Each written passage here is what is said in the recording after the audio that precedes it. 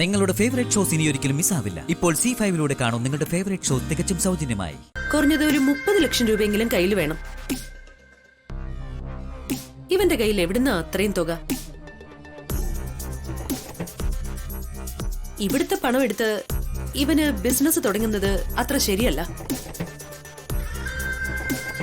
അതുകൊണ്ടാ ഞാൻ എന്റെ ഗോൾഡ് എടുത്ത് പണയം വെക്കാമെന്ന് തീരുമാനിച്ചത്. അതല്ലേ മോനെ മാന്യത? ആ ദേ, നീ ഇതൊന്നും പണയം വെച്ച് പറഞ്ഞ തുക എടുത്തു തന്നാ മാത്രം മതി. വിശാൽ സാറിൽ നിന്നും പണം തട്ടിയെടുക്കാനുള്ള ഇവരുടെ പുതിയ പദ്ധതിയാണല്ലോ ഇത്. ഇല്ലമ്മേ, എനിക്കിത് പണയം വെക്കാൻ പറ്റില്ല. വിശാൽ, ഞാനിത് പണയം വെക്കില്ല. മാത്രമല്ല, ഇത് പണയം വെക്കാൻ ഞാൻ കൂട്ടു നിൽക്കുകയില്ല. മോനെ, അമ്മയുടെ ആഭരണങ്ങൾ എനിക്ക് ഗായത്രി അമ്മയുടെ ആഭരണത്തിന് തുല്യം. അത് ഞാൻ ഒരിക്കലും പണയം വെക്കില്ല. അതുപോലെ തന്നെയാ ഇതും പണയം വെക്കാൻ പാടില്ല. അമ്മയെ ഞാൻ ഗായത്രി അമ്മയുടെ സ്ഥാനത്താ കാണുന്നത്. എന്റെ അമ്മ പോയതിനു ശേഷം എന്നെ ഇത്രയും വളർത്തി വലുതാക്കിയത് അമ്മയല്ലേ? അപ്പോ അമ്മയുടെ ആവശ്യങ്ങൾ കണ്ടറിഞ്ഞ് നടത്തേണ്ടത് എന്റെ കടമയാ. എടാ, അത് ശരിയാണ്. പക്ഷേ ഇത് എനിക്ക് വേണ്ടി അല്ലല്ലോ മോനെ. ആയിക്കോട്ടെ. ഈ നിൽക്കുന്ന അമ്മയുടെ സഹോദരൻ എനിക്കാരാ? എന്റെ അമ്മാവനല്ലേ?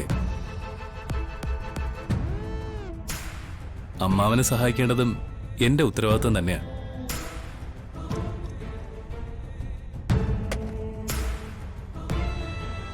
അമ്മ ഇത് കയ്യിൽ വെച്ചോ.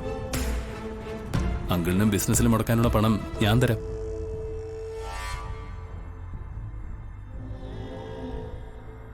താനേ കൃത്യസമയത്ത് തന്നെയാ വന്നത്. എടോ, ഒരു ഗുഡ് ന്യൂസ് ഉണ്ട്. അങ്കിള് ഒരു പുതിയ ബിസിനസ് തുടങ്ങാൻ പോവുക. കാര്യങ്ങൾ വിശദമായിട്ട് ഞാൻ പറയാം. ഇപ്പോ അങ്കിളിനൊരു ഇനിഷ്യൽ ഇൻവെസ്റ്റ്മെന്റായി 30 ലക്ഷം രൂപ വേണം. അത് നമുക്ക് കൊടുക്കാം. താനാ ലോക്കറിന്ന് ആ 30 ലക്ഷം എണ്ണി എടുത്തിട്ട് വാ.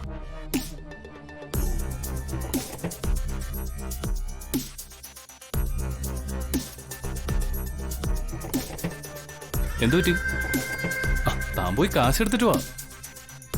വിശാൽ, ഞങ്ങൾക്ക് കാശ് തരുന്നത് പാർവതിക്ക് അത്ര ഇഷ്ടമല്ലാന്ന് തോന്നുന്നു. ഇവിടെ അങ്ങനെയൊന്നുമില്ല. എന്റെ ഇഷ്ടം തന്നെയാ പാർവതിയുടെ ഇഷ്ടം. പാർവതി, നീ പോയി എടുത്തിട്ട് വാ.